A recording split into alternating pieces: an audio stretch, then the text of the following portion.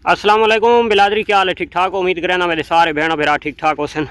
गर्मियों के चारे की जनाब काश्त अज मार्च की तरीक हो गई है 4 मार्च नूं असां जनाब गर्मियों का पहलियां 4 कनालां जड़ियां सारियां जौधरे वालियां फारग थईयां तो असां जनाब चारे की काश्त करेंदे पे। चारे दे विच जेड़े जेड़े असां बीज पाए तो मैं अपने दोस्तों के नाल शेयर कर छोड़ा।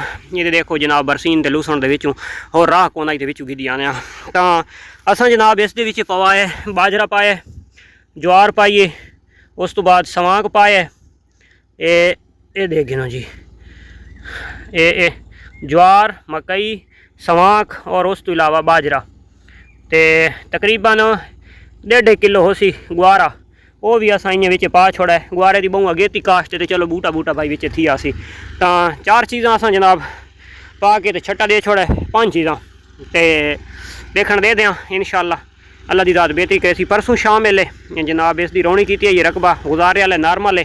उस साइड तो बाजरा, ज्वार ते जंतर वो ज़्यादातर उस पासे काश्त किया है, वो पास रकबे का नॉर्मल है। वो सामने वाले तूत तू चा के इतने तक इस पासे रकबा गुजारे का चंगा है। तो इस पासे मकई ज़्यादा है और ज्वार मकई दे ज़्यादा है। ज्वार जी अस काश्त की तो सदाबहार काश्त की है।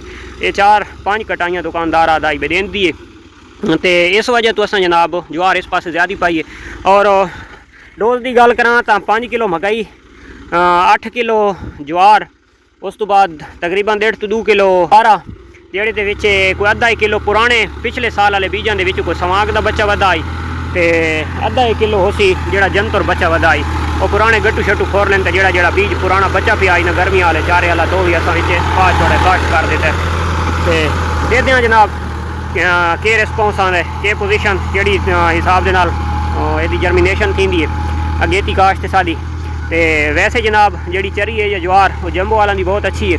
तो अस इंशाअल्लाह नेक्स्ट टाइम जंबो ही काश्त करसा। तकरीबन अस होर काश्त करनी है 1 एकड़ जेड़े दे विच बरसीन वधी है। तकरीबन 4 कनालों के बरसीन है। वो बरसीन वाली जगह तो इंशाअल्लाह अस जंबो काश्त करसा। और उस तो बाद कणक दे विच जी कणक सारी खलोती है तो कणक दे विच उत्थे भी 1-4 कनालां अस जंबो काश्त करसा। वह तकरीबन साढ़े थी वैसी 1.5 एकड़ 12 कनाल सादियाँ थी वैसे न ज्वार दियाँ तो 4 कनाल सादा अल्फा अल्फा लूसण हो सी। बात इंशाअल्लाह गर्मियों का गुजारा लग रहा सी। गर्मियों के हल्की फुल्की चराई शराई ग्रेजिंग वाली जा भी हो वेंदी है। तो उस तो इलावा गर्मियों के चारे भी गुजारा की रहने गर्मी आसानी नाल गुजर वैसी। सर्दियों के चारा ज़्यादा काश्त करेंदे होंदे तो गर्मियों के गुजारा थी वैंदा है। चराई शराई कणकां शणकां का मौसम आ वैसी। और 1 एकड़ जरा सादा उदे जौधरे वाला है तो वो भी फारग थी वैसी। तो उत्थे असां जंतर काश्त करना जरा ग्रेजिंग कर वैसे उन्होंने उत्ते जानवर नूं ਉਹਦੇ ਵਿੱਚ सिर्फ जंतर हो सी। पिछले साल असां मोठ काश्त की तो इस साल जनाब असां मोठ काश्त को ना करसा क्योंकि मोठ का चारा तो बहुत कीमती चारा है। लेकिन जड़ा तो अगर अखराजात खर्चे में दिखा वजे ना तो मोठ के कोई फायदा नहीं। मोठ की इतनी हाइट होनी कोनी, छोटी हाइट होती है, बेल नुमा होंगे तले तले जमीन के उत्ते। तो इस करके असां इतवारी मोठ काश्त को ना करसा। जड़ा नॉर्मल गुजारे वाला रकबा हो सी तो असां गुआरा काश्त कर गए सां। तो गुआरे ये फायदा थी वेंदे उसकी थोड़ी हाइट थी वेंदी है। बीज थोड़ा फालतू पावे तो पानी भी जरा घट लगते हैं। हाइट अच्छी कर वेंदे तो दूजे चारां दे फली तो नहीं गिनता लेकिन दूजे चारां दे ये मिक्स करके ना तो थोड़ा वजन उसका ज़्यादा थी वेंदा। मोठा की निस्बत दिखा तो 4 कनालों के विचों खर्चा भी काफ़ी सारा गुआरे का काम है। और जोड़ा चारा है तो वो चारा भी वजन के हिसाब नाल काफ़ी ज़्यादा निकल आंदा है। तो इस करके इंशाअल्लाह असां इस साल मोठा नूं कैंसल करके तो असां गुआरा ते चरी ज्वार इस चीज़ में अस ज़्यादा कोशिश करसा। और जोड़े कीमती रकबे उस उन्होंने अस मकई भी नाल मिक्स करसा क्योंकि मकई नूं असां मुसलसल इतना अरसा नहीं चलती, वो एक अद्धी कटाई होंदी है। तो इस करके जोड़ा ना जंबो वालों की जिथे जिथे ज्वार काश्त करसा ना तो पहला लो उसका होंदा कसा ज़रा नॉर्मल होंदा है। वह जियां जियां कटाइयां थी आनियां तो बूटा ज़रा भारा थी आंदा है। तो इस करके जनाब फर्स्ट टाइम के जिथे जिथे काश्त करेंदे असां तकरीबन 4 कनालों के 5 to 6 किलो ज़्यादा 10 किलो तक चंगे रकबे के असां मकई काश्त करसा वरना वो ना करसा। ठीक है जेडे दोस्त अगर पुछते पे भाई गर्मियों के तुसां केड़ा चारा काश्त करे सो जिथे भाई ग्रेजिंग करवानी है तो उत्थे जंतर काश्त करना है। जोड़ा अगर तुसां कप के घटना है तो ज्वार जिन्हों चरी भी आखी वैंदी है तो बहुत कीमती शै है इन जानवरों वास्ते। और चरी नूं मैं इस वजह तो ज़्यादा सपोर्ट करेना क्योंकि चरी अगर सदाबहार दे काश्त करा चाहना कम अज़ कम 4 कटाइयाँ तो दे ही वैंदी है। 3 to 4 कटाइयाँ दे वैंदी है तो वो जो अखराजात होंगे ना फार्मर के तो काफ़ी सारा कम थी वैंदा है। तो मकई का चारा जोड़ा तो वो भी बहुत कीमती चीज़ है गर्मियों के भेड़ां वास्ते। भेड़ां बहुत शौक के नाल खानियां। भेड़ां की कोई वैरायटी होवे जिहड़ी ब्रीड भी होवे तो उस दे विच तुसां अगर मकई या ज्वार चरी तुहाडे कोल होसी तो बहुत ज़बरदस्त चीज़ है। एक चीज़ का ख्याल रखना है कि जी ज्वार है वो बहुत ज़्यादा हार्ड करके तो जानवर नहीं खिलावने, यानी कि उसकी जी टोटी होंगी है मट्टी होंगी है तो उस मट्टी के पानी जरूर हो, यानी कि वो मट्टी अजे तक पोली वधी हो, मट्टी ज़्यादा हार्ड न थी वे ये तो खा वेंदी लेकिन वो हजम इतनी जल्दी नहीं थी। साइड इफेक्ट उसका कोनी, लेकिन वो कपना कुतना भी अजाब और खास कर जानवर उस चीज़ में इतना शौक के नाल खांदा ही नहीं जब तक उस रस अगर चंगी वधी हो सी, पानी टाइट हो सी, ते हरी भरी हो सी बिल्कुल, तो सब्जापन उसका अच्छा हो सी, पानी जितना उस अच्छा हो सी तो उतना ज़्यादा जानवर इसनों भेड़ बकरी शौक के नाल खासी ज्वार नूं। ये मेरा तकरीबन काफ़ी अरसे का एक्सपीरियंस है।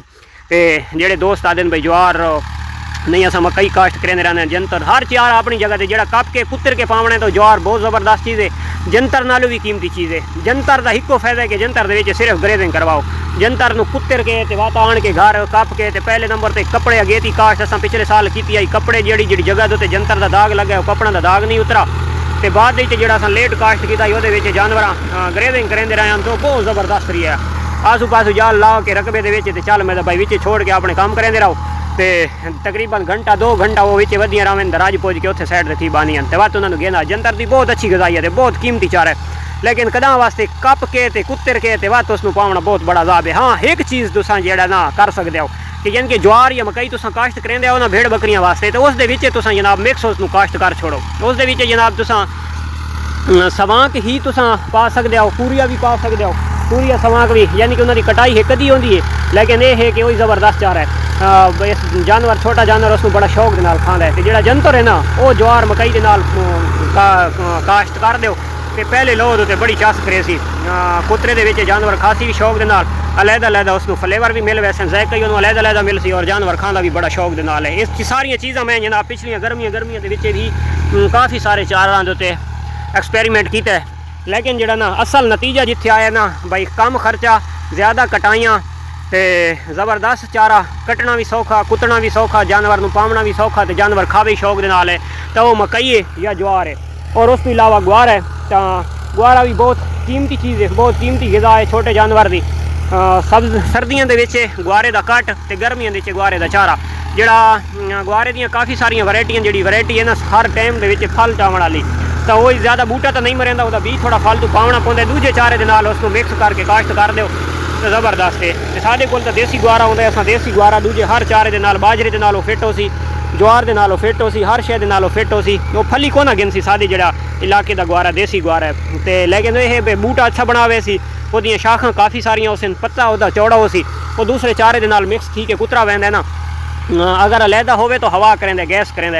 ये जी ज्वार है तो ये ज्वार दो अगर छोटी छोटी ज्वार वधी है या पहली तुसा कटाई करके दी तो दूजी अगर फोट फुटी पई है तो वो सवेरे सवेरे आके जानवर चरसी ना तो उस नाल ही जानवर हवा करे सी।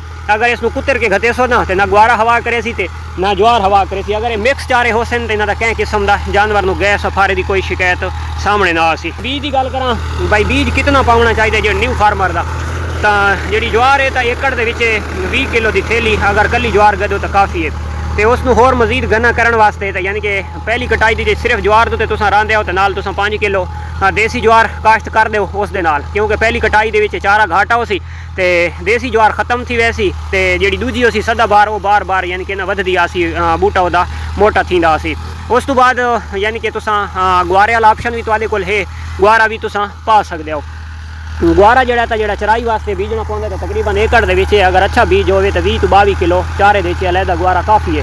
गुआरा जो अगर ज्वार के नाल मिक्स करे 100 एकड़ दे विच तो तकरीबन 4 तो 5 kg होसी तो काफ़ी होसी। और वैसे यानी कि ना एक उस देवनी हिक्को कटाई है पहली कटाई है, लेकिन थोड़ा जानवर का ज़ायका भी दुरुस्त रहा ते जानवर खासी भी तुहाडा चारा शौक दे नाल और बाद दे विच तुहाडा चारा घना थी वैसी घाटा थी वैसी। तो पहला लो जो पतला हो सी तुहाडा, क्योंकि तुसां 20 किलो ज्वार का बीज पावने तो 20 किलो जो एकड़ दे विच पैसो जी सदाबहार ज्वार हो सी तो वह बूटे पतले हो सन। तो जे जियां जियां वो कटाइयां थींदी आसी तो वह उस तो बाद वो बूटे उसके घाटे थी वहदे तो वह तो मिल वहदी है। तो यानी कि जो वजन है एकड़ का या चारे तो वो क्वालिटी भी बेहतर थी आती और वजन भी ज़्यादा थी, लेकिन पहली कटाई के तो कुछ ना कुछ नाल मिक्स जरूर करनी है। ये आई वीडियो मिलते हैं इंशाल्लाह नेक्स्ट वीडियो, तब तक देसो इजाज़त, अल्लाह हाफिज़।